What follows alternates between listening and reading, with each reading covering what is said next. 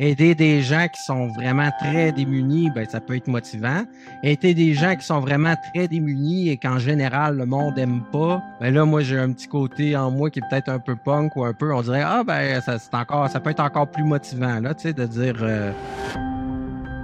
Bonjour, mon nom est Robert Maranda de la Direction des communications du ministère de la Sécurité publique. Avec la série de balados Au-delà des barreaux, je vous invite à plonger dans l'univers complexe et méconnu du système carcéral. Au-delà des barreaux explore les réalités, les défis et les histoires captivantes liées à la vie au cœur du milieu correctionnel. Préparez-vous à remettre en question vos perceptions alors que nous découvrirons ce monde souvent méconnu et mécompris à travers des épisodes captivants qui nous aideront à comprendre le rôle essentiel des services correctionnels au Québec, où l'humain est au cœur des interventions. Je suis avec Mathieu Tremblay, qui est conseiller en milieu carcéral. Bonjour Mathieu, bonjour. ça va bien? Ben oui, ça va bien, un peu nerveux de vous voir, mais on est là. Tu es conseiller en milieu carcéral à l'établissement de Percé. Donc, il y a plusieurs choses là-dedans. D'abord, c'est quoi un conseiller en milieu carcéral? Parce que c'est vraiment pas clair pour personne. C'est un métier qui est quand même relativement peu connu, dont on entend peu parler, tu sais. À Percé, le rôle du conseiller carcéral est vraiment différent de par la nature de l'établissement. OK. Dans les autres établissements, ils ont des tâches qui sont vraiment différentes à cause qu'il y a des moins de 6 mois, il y a des programmes qui se donnent ailleurs qui ne se donnent pas ici. Donc, le conseiller en milieu carcéral à Percé, sa tâche principale, c'est vraiment de coordonner les références, coordonner le programme thérapeutique. Il y a toutes les autres tâches comme la co-gestion de l'équipe EIS, d'intervention spécialisée en prévention du suicide. Il y a d'aider à la gestion des différents services, donc l'école, l'aumônier qui vient, l'employé, on a un service d'employabilité. Donc, on a les mêmes services que dans les autres détentions. Donc, de voir que tout se déroule là, correctement. Là. De mettre l'épaule à la roue. Il y a aussi, je mets le nez dans le mandat victime également. J'encadre aussi, je donne des conseils autant à la Mhm. direction sur différents sujets qu'aux agents correctionnels dans le suivi de leur dossier en tant que titulaire, que ce soit pour la CQSC, superviser des rapports, tout ça. Donc, le mandat est vraiment assez large. Là, puis j'en oublie Il est sûrement. large, puis pour bien le comprendre, je pense qu'il faut faire un peu le point sur c'est quoi l'établissement de détention de Percé, hein, parce que c'est un établissement de détention qui n'est pas comme les autres. Parle-moi de l'ED de Percé. Premièrement, c'est en Gaspésie. Ça, on commence avec ça Oui, à la base. oui. Donc, ça a vraiment un mandat unique au Québec. Nous, il y a un programme intensif qui est donné de 6 mois, un programme thérapeutique qui est donné en collaboration. C'est vraiment un partenariat entre deux ministères. Donc, c'est un peu unique. Donc, la santé offre le programme thérapeutique qui est de 6 mois aux délinquants sexuels. Là. Donc, nous, on est une petite détention, on a 42 places. Donc, c'est pas C'est beaucoup, c'est petit quand même. Mais moi, c'est peut-être que c'est parfait pour le programme, dans le fond, dédié, c'est ça? oui, absolument. Puis on a vraiment une vocation unique parce qu'il y a uniquement des délinquants sexuels à percer. Puis c'est un peu aussi dans cette optique-là que je pense, humblement, que ça a été créé parce on se mentira pas. La population des délinquants sexuels dans des détentions régulières sont souvent placés en protection, ce qui rend souvent les circulations difficiles, ce qui rend l'offre de services difficile. Ce qui rend aussi qu'ils sont souvent, ils peuvent être intimidés ou ostracisés par la clientèle régulière. Donc, c'est Ouais, pas un les autres climat détenus. propice à ce qu'ils reçoivent des services. Puis souvent, il y a moins de services qui sont offerts. Tu sais, je pense que toutes les autres détentions ont des partenariats avec des organismes communautaires ou Ouais. des organismes dans la communauté qui offrent un certain niveau de service. Mais ici, à Percé, le niveau, c'est vraiment une thérapie intensive qui est offerte uniquement aux délinquants sexuels. Donc, on offre un environnement qui est vraiment propice aussi à ce que le délinquant s'ouvre fasse une progression thérapeutique parce que dans une détention, est-ce que tu as peur de te faire péter la gueule ou que il y a plusieurs services que tu n'as pas accès puis tu es enfermé dans ta cellule, ben c'est pas un climat qui est favorable, je pense, pour qu'un humain s'ouvre et change. Donc, les 42 personnes incarcérées qui sont à Percé ont déjà toutes été condamnées là, à des peines d'emprisonnement pour des natures délits et crimes sexuels, c'est ça? Oui, On absolument. peut dire ça Donc, comme ça, OK. Puis oui. là, Puis il participe à une thérapie oui, chez vous. ben, dès qu'ils OK. sont condamnés, nous, on a un processus en place pour les dépister. Donc, en fait, moi, je suis en lien avec des professionnels dans chaque détention, les agents référents, que ça peut être des conseillers en milieu carcéral, ça peut être des agents de probation. Donc, eux, ils évaluent dès qu'il y a quelqu'un qui a une sentence en délinquance sexuelle de 10 mois et plus, parce que nous, on a un programme de 6 mois. Donc, il faut que le 2 tiers de la sentence, le 6 mois, puisse rentrer dedans. Donc, il y a différents OK. critères que ces agents-là voient, s'assoient avec le délinquant pour voir c'est quoi sa vision. Puis ça se passe le plus tôt possible dans la sentence vu que le temps est limité. Donc, avant même que la personne soit évaluée, l'agent référent va Lever le statuer. drapeau, finalement. Ouais, lever le drapeau, puis statuer s'il remplit nos critères, puis si c'est une bonne idée dans son cas, en fonction de son niveau de besoin, en fonction de son ouverture, de faire une thérapie, parce que le but est toujours d'offrir les services qui sont adaptés aux bonnes personnes, puis le niveau d'intensité de service qui est adapté au niveau de la personne, là, au niveau du risque que représente la personne. Puis la thérapie, en tout cas, la session de formation, c'est une thérapie, on peut dire que c'est une thérapie? Comment vous Oui, l'appelez dans le vrai ah, terme? c'est une Ouais, bonne question, mais c'est le programme, c'est un un programme programme. Bon, il ouais, dure de 6 mois. recherche et d'évaluation, de traitement. C'est le PETRAS, l'acronyme, là. Ouais, Là, Petras, c'est ça. c'est là que je vais me planter, le programme Je te de le demanderai pas, je te le recherche et demanderai de pas. traitement non, de traitement et de recherche pour les auteurs d'agressions sexuelles. Quelque chose comme ça. Donc, ça dure 6 mois. Donc, quand ton rôle, c'est d'entrer en contact avec tes vis-à-vis dans les ED du Québec pour essayer de monter des groupes, parce qu'il y a plusieurs groupes qui doivent démarrer dans une même année, si je comprends bien. Oui, absolument. Donc, dans le fond, nous, on a un groupe qui débute à tous les 2 mois environ, un groupe de OK. 10 participants. Moi, je reçois les références à l'aide. On a un comité à la détention de références qui étudie. Donc, le programme clinique a un représentant sur le comité qui nous donne son opinion sur chaque référence. On a également notre chef d'unité au programme qui regarde l'aspect un peu sécurité puis global, nous donner son opinion. On a également au moment des références, il y a une vérification de santé qui est faite parce que nous, la prison est à percée d'un petit village, les hôpitaux sont pas à côté. Quelqu'un qui a plus de besoins en santé, des fois, ça peut être plus difficile. Il y a des particularités.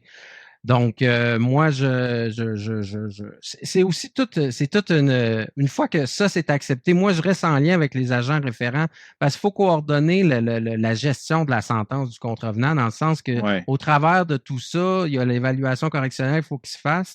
Il y a aussi la CQLC, des libérations anticipées qui peuvent survenir, puis les contrevenants gardent leur droit de faire des demandes à la CQLC. Puis en fait, dans La certains cas, CQLC, qui est la Commission québécoise des libérations conditionnelles, c'est ça? oui, pour pouvoir obtenir une libération anticipée, donc sortir de détention plus tôt. Puis dans certains cas, ça peut être ça qui est indiqué en fonction du niveau de besoin de la personne. Ça peut être indiqué. Dans d'autres cas, seuls les moins, puis une thérapie plus intensive comme la nôtre est plus indiquée. Mais dans tous les cas, le contrevenant garde le droit d'aller devant la CQLC pour plaider sa cause, si on veut, là, pour OK, pouvoir donc, dans le sortir. fond, le détenu, il appartient à son ED mère, on va dire ça comme ça, d'origine, son ED d'origine. Il est comme plus en séjour chez vous, mais vous devez quand même lui offrir la pension complète. Si on fait une image simple, dans le fond, vous devez toujours le prendre en charge Oui. selon son programme d'origine, ses conditions de base. C'est ça? Oui, ben une fois qu'il est transféré chez nous, il nous appartient. C'est sûr que Percé a Ouais. des particularités. On libère pas de délinquants de chez nous. Donc, ils viennent pour le programme thérapeutique, puis en vue de leur libération, que ce soit pour leurs 2 tiers ou suite à une audience devant la Commission québécoise de libération conditionnelle. Pour leur libération, ils sont toujours renvoyés à leur détention d'origine. Donc, on libère OK. personne de Percé. OK. Et donc, pour récapituler ça, c'est le programme PETRAS d'aide aux délinquants sexuels est opéré par le ministère de la Santé et des Services sociaux à l'intérieur du cadre Oui, carcéral du ministère de la Sécurité publique. oui, Ça, puis c'est bien ça, clair, c'est bien établi. ça a l'air simple, mais c'est quand même toute une dynamique, puis c'est tout C'est un un effort. exploit. Oui. C'est un effort à fournir, puis c'est un effort qui en vaut la peine, parce que ça, c'est ouvert depuis 2010, on voit les bénéfices. Dans le fond, tu sais, les deux ministères offrent un peu ce qu'ils ont de meilleur à offrir, là. Nous, on garde les délinquants, on voit leur sécurité, aussi leur réinsertion sociale, tout ça. Puis la santé offre une équipe de spécialistes de différents, des sexologues, des criminologues, des travailleurs sociaux, peu importe, ils ont une équipe au Petras qui donne le programme. Puis, il y a ce que nous, on appelle un terme un peu pompeux, c'est la synchronisation clinico-carcérale. Ouais, bon, on peut dire que vous travaillez en collaboration pour être plus simple. C'est ça, oui, la vérité. oui, C'est oui, ça le terme.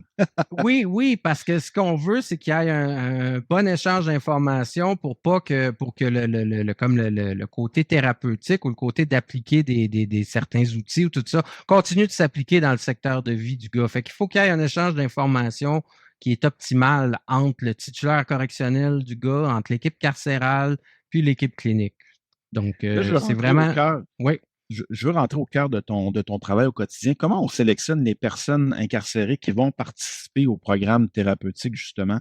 Est-ce que tu es partie prenante? Est-ce que tu étudies chaque dossier, la personnalité? C'est quoi les critères? Comment tu fais pour essayer de connaître cette personne-là que tu ne connais pas parce qu'il vient d'ailleurs nécessairement? Oui, ben moi, c'est sûr que comme j'ai dit, il y a des agents référents dans chaque détention au Québec, donc dans chaque région. Donc, c'est eux qui font un peu le gros du travail de se pencher sur qui est cette personne-là, est-ce que cette personne-là va bénéficier de faire le programme. Puis, il y a des critères, évidemment, qui sont établis, là, si vous voulez, en gros, il faut que la personne soit reconnaisse le délit ou se reconnaisse une problématique sexuelle, parce qu'une thérapie intensive, évidemment, il faut travailler sur quelque chose. Fait que si quelqu'un reconnaît rien, puis on demande à ce que la personne ait une ouverture à recevoir de l'aide thérapeutique. Donc, les agents référents, ils évaluent certains points, certains critères qui sont plus factuels, mais ça, c'est les deux critères comme un peu plus, des fois, subjectifs qui sont évalués. Puis, tu sais, souvent, on se fait demander est-ce que le programme est totalement volontaire? Est-ce qu'il y a des gens qui sont forcés? Il y a des nuances à faire. Le programme est vraiment volontaire. Quelqu'un qui veut pas le faire, le fait pas, puis c'est arrivé. Sauf que nous, les agents référents, ils débroussaillent le chemin pas mal, là. Fait que quand on décide d'amener quelqu'un, des fois, il y a une nuance où ce que la personne est ouverte à recevoir de l'aide, elle reconnaît avoir un problème, mettons, mais ça ne tente pas de venir Oui, percer c'est l'être humain. pour être loin de sa famille, puis tout Oui. ça. Puis bon, des fois, il y a de l'insécurité liée à ça. Puis dans ce cas-là, ben oui, des fois, on parle à l'agent référent, puis elle nous dit, ben on pense qu'il va en bénéficier. Fait que nous, même si le délinquant dit, ben moi, je veux faire de l'aide, mais pas percer, ben des fois, on l'emmène pareil parce qu'un contrevenant au Québec ne peut pas choisir où ce qui est incarcéré. Donc, on l'amène, puis par expérience, on sait qu'en arrivant à percer, le, le, notre taux de rétention est vraiment bon parce que tout de suite en arrivant, le contrevenant, il voit la différence avec les autres détentions. Parce que, chez nous, même tous les gardiens sont sélectionnés en fonction qu'ils soient ouverts à la réinsertion sociale. Fait qu'il y a une approche qui est vraiment différente, là. On tolère rien côté violence ou langage qui est inapproprié. Les gardiens, ils saluent les détenus. Il y a quelque chose un peu la tension est pas mal plus basse que dans les autres détentions, là. Ouais, Ouais. ben en fait, c'est parce que c'est un autre concept. C'est Oui, un c'est établissement une autre de détention approche. qui est complètement différent, avec une approche qui est novatrice, mais Oui. qui est basée sur la réinsertion sociale, qui est un peu le cœur, finalement, Ouais. Puis des fois, il y a ça, du là. monde qui nous disent, mettons, ouais, mais tu sais, c'est une garderie ou tout ça. Mais c'est fou comme ça ne l'est pas. Puis les gars, souvent, sont surpris à quel point on est plus sévère côté discipline, mettons, que ce soit sur la gestion de la médication, que ce soit sur les comportements. Mettons, pour les rapports de discipline, nos sentences sont quand même assez sévères. Fait qu'on on est plus sévère qu'ailleurs sur bien des affaires, mais le climat est meilleur, pareil. Parce qu'il faut être un peu discipliné puis bien carré pour réussir un programme aussi intense, c'est ce que je comprends aussi. Il faut être concentré à la tâche en tant que détenu, là. Faut pas se faire Oui, puis déranger par idéalement, l'extérieur, finalement, c'est ça. oui, puis on veut pas que quelqu'un nuise à la démarche thérapeutique d'un autre détenu à côté de lui aussi, là. Fait que ça prend du monde qui veulent s'aider puis qui sont là pour s'aider. Mm. On peut accueillir combien de personnes en même temps? Là? Tu disais que c'était 42 au total. Est-ce que c'est 42, le nombre maximal de personnes en thérapie qu'on peut accueillir en même temps? Oui, ben la prison, c'est 42. Après ça, la Mhm. thérapie, là, en groupe, là, il peut y avoir comme je disais, la plupart du temps, c'est 3 groupes en allant. Des fois, il y en a 4, là, il y en a qui se chevauchent. Mais c'est pas mal souvent 3 groupes en allant. Donc, c'est 42. Il y a 4 secteurs de vie. Donc, c'est pas mal ça, là. Mm. Est-ce qu'il y a d'autres services qui sont offerts à ceux-là qui ont des besoins, mais qui ne correspondent pas nécessairement aux critères d'admissibilité là, du programme, malgré tout? Au Québec, il y a d'autres ressources spécialisées en délinquance sexuelle. Puis en fait, Percé est vraiment s'inscrit dans un continuum de soins, même pour ceux qui viennent ou que ceux qui viennent pas. Il y a des, tu sais, la démarche thérapeutique des contrevenants débute dès qu'ils sont arrêtés, voire même avant, là, tu sais.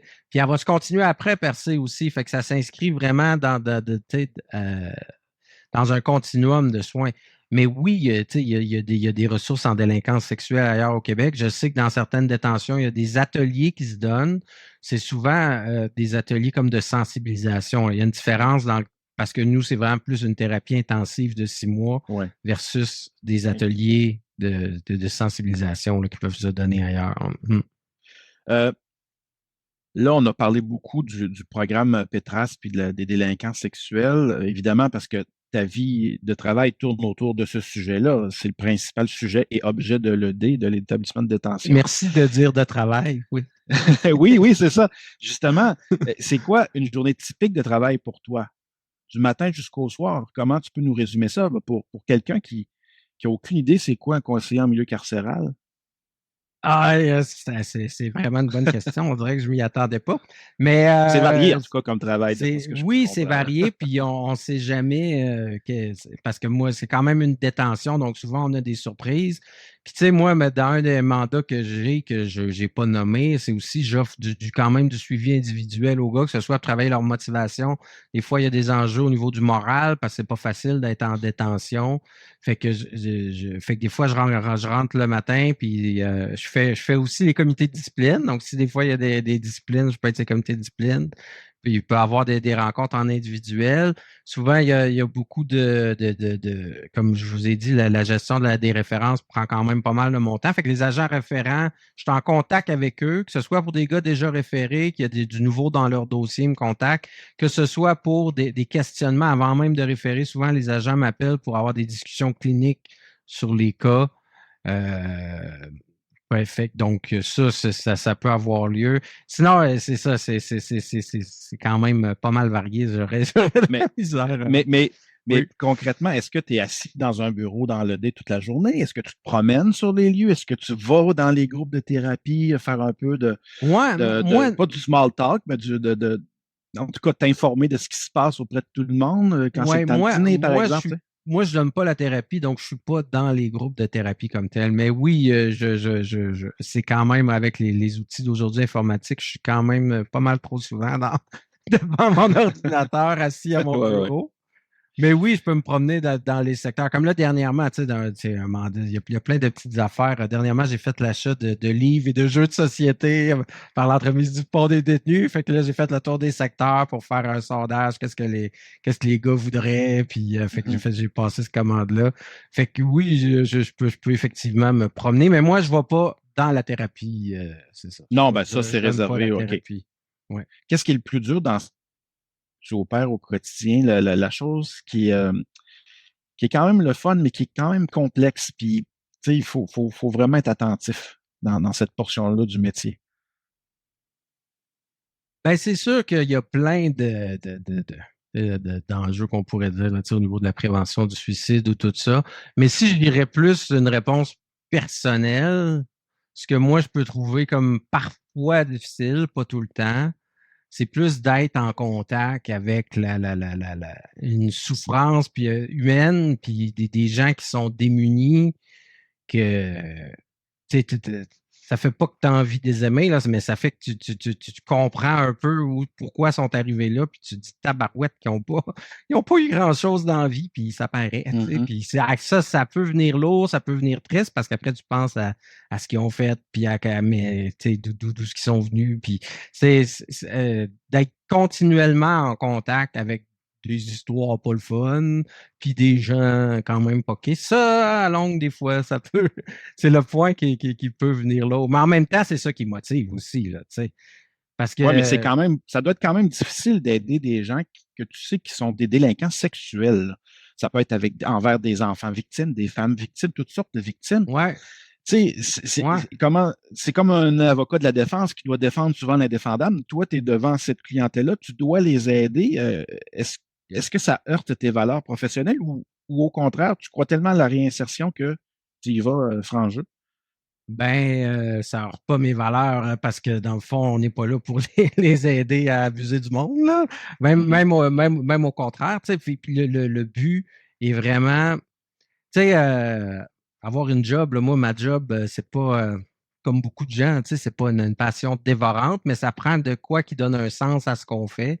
Puis donner un sens, pour moi, c'est sûr, c'est d'essayer d'aider des gens. Après ça, aider des gens qui sont vraiment très démunis, ben, ça peut être motivant.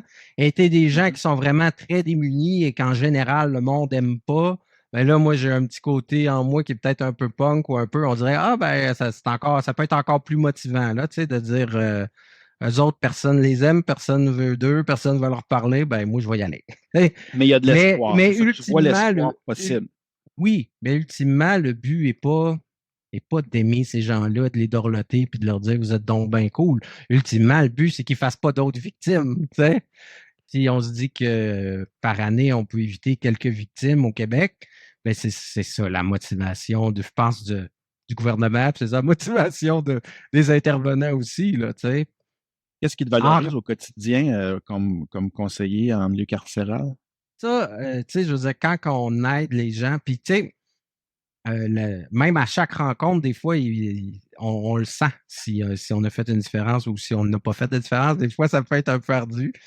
Mais je pense aux rencontres à la fin de toutes les cohortes thérapeutiques, à tous les groupes de 6 mois, parce que c'est des groupes fermés, ils commencent un groupe, ils finissent le même groupe. Il y a une activité de reconnaissance qui est faite.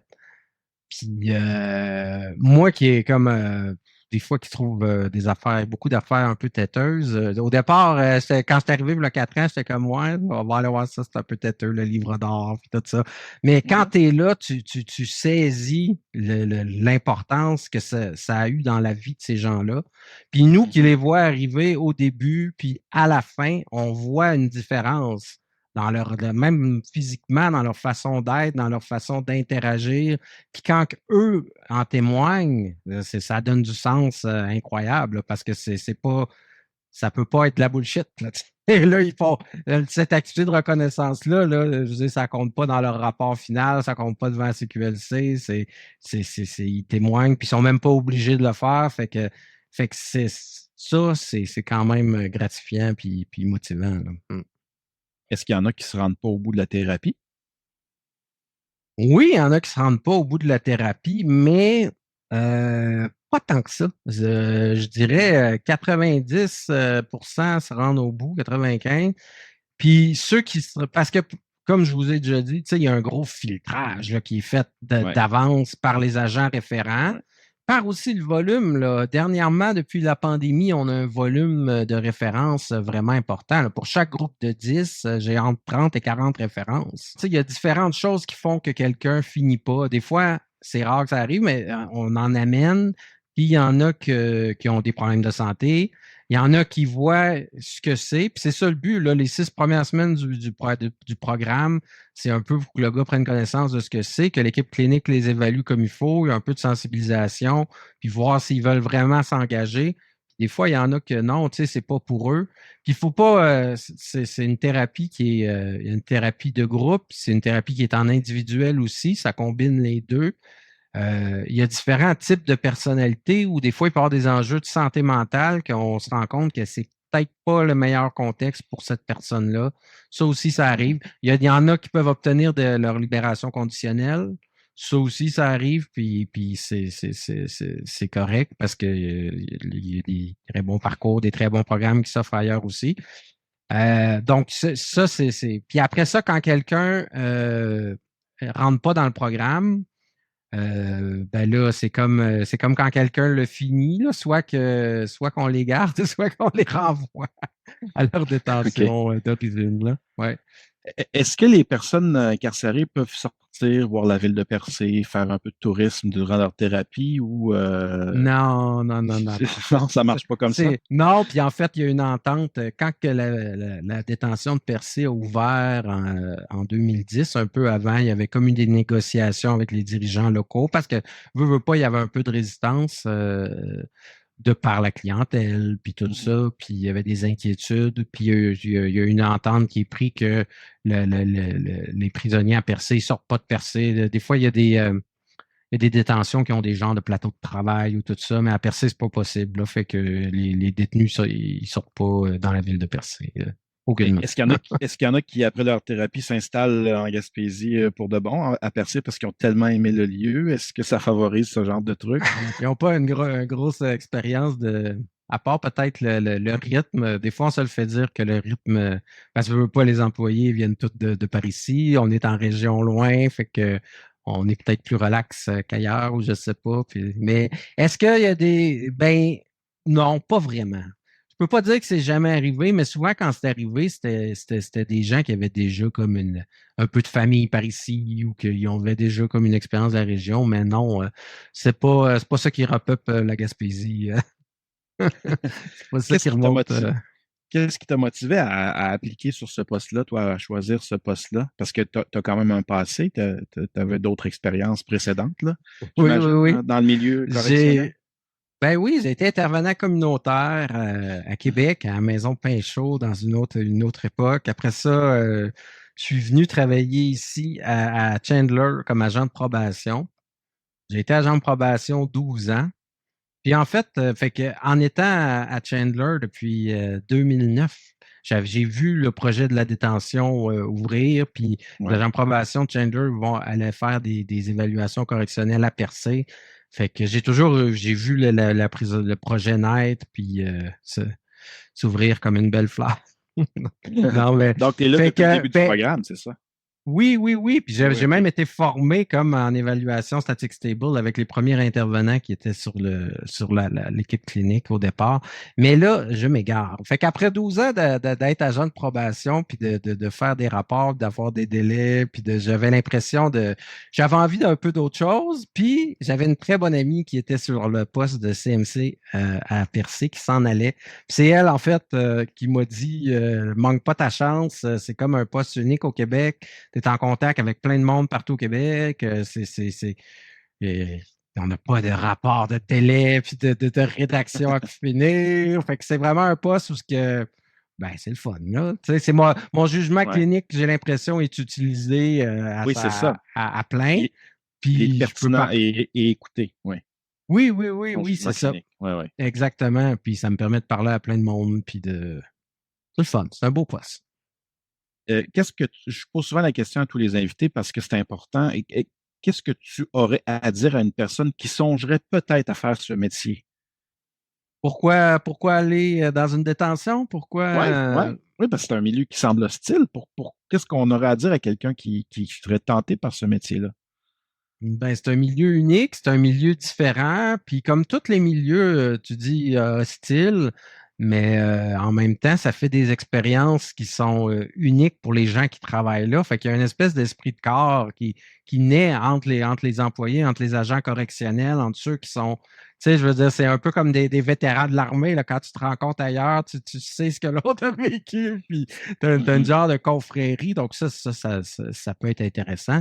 Puis c'est un métier qui est stimulant, là, veux pas. Puis il y a beaucoup aussi à faire, dans le sens qu'un poste comme conseiller en milieu carcéral, je sais pas, à Percé ou ailleurs, mais je pense que c'est partout comme ça. Il y a comme aussi une marge de latitude où que la personne peut exprimer sa personnalité en offrant soit des programmes ou en adaptant les choses, les interventions un peu comme lui veut que ce soit. Donc, je pense que il y a moyen de trouver ses aises dans ce milieu-là, là, ouais. Est-ce qu'il arrive parfois que tu rencontres par hasard sur la rue d'anciens détenus qui s'en sont sortis et que ça va bien, et puis est-ce que Ouais, tu ben as cette ça, chance-là? ça c'est comme quand moi, j'étais 12 ans agent de probation, puis tu sais, là, c'est des gens plus en communauté souvent, mais euh, moi, j'ai une faculté assez impressionnante à. C'est peut-être pas le fun, mais à oublier un peu les noms, parce que avec les références que je reçois, là, j'en lis des cas, puis les noms, les visages, c'est pas. Fait que souvent, oui, ben pas. Peut-être pas en délinquance sexuelle, parce que si notre clientèle vient de partout au Québec. Ouais, ouais. Mais quand je me fais reconnaître en public, c'est les gars qui me reconnaissent et qui viennent Ben vers oui. moi. C'est pas l'inverse, là. Puis même si moi je les reconnaîtrais, mais Ils se souviennent plus de toi que tu te souviens d'eux à cause du nombre que tu peux côtoyer dans une année. Et finalement, c'est un peu ça, la ouais, réalité. oui. Puis tu sais, moi, j'ai pas d'attachement émotif au gars tant que ça. C'est Mais ton métier, c'est des normal. fois même ça peut être surprenant de voir à quel point on peut faire une différence dans la vie de quelqu'un, puis quelqu'un se rappelle de toi. Puis nous, ben, OK, ben, tu sais, il y en a plein qui passent. Puis on essaye Ouais, de faire le mieux, là, tu sais, tant mieux ouais. si on fait une différence, mais il n'y a pas comme d'attachement singulier et émotif Ben, il à faudrait un pas parce que ça détenu. deviendra un problème. C'est plutôt rester professionnel jusqu'au bout. C'est ça que je comprends qui se passe dans ton métier aussi, là, tu sais. Oui, ouais, absolument. Absolument. Ben, en terminant, je veux Oui, juste savoir une chose, c'est que tu as l'air à y croire à ce programme-là, puis en la qualité puis l'efficacité de ce programme-là. Est-ce que c'est bien ça que je lis dans tes propos? absolument. Puis je pense que tout le monde qui est là y croit. Puis il y croit pas juste parce que je sais pas, parce qu'on est là, mais c'est parce qu'on voit que ça fait une différence dans la vie de ces personnes-là, là, tu sais. Puis après ça, ce que l'équipe clinique apprenne à ces détenus-là, tu sais que globalement, c'est juste à devenir à des meilleurs humains, de mieux se Mhm. connaître. Puis c'est des choses toutes simples qu'on doit tout apprendre à renouveler dans nos vies, tout le monde, tu sais, tout le temps. Mais qu'il y en a qui partent de plus loin, puis juste identifier leurs besoins, puis savoir comment les combler, puis comment s'exprimer, puis ça fait une différence. Je pense que oui, là, tu sais. C'est des gens qui vont être mieux intégrés socialement, puis avoir des relations plus saines. J'ai l'impression. Après ça, c'est sûr que nous, on a le nez collé à la forêt, puis on fait pas on sait pas pour la suite, là, tant que ça, là, mais on y croit. Hein. Il faut avoir la foi et Hey, l'espérance. sur ces bons mots, merci beaucoup, Monsieur Tremblay. Hey, merci à toi, Monsieur Robert.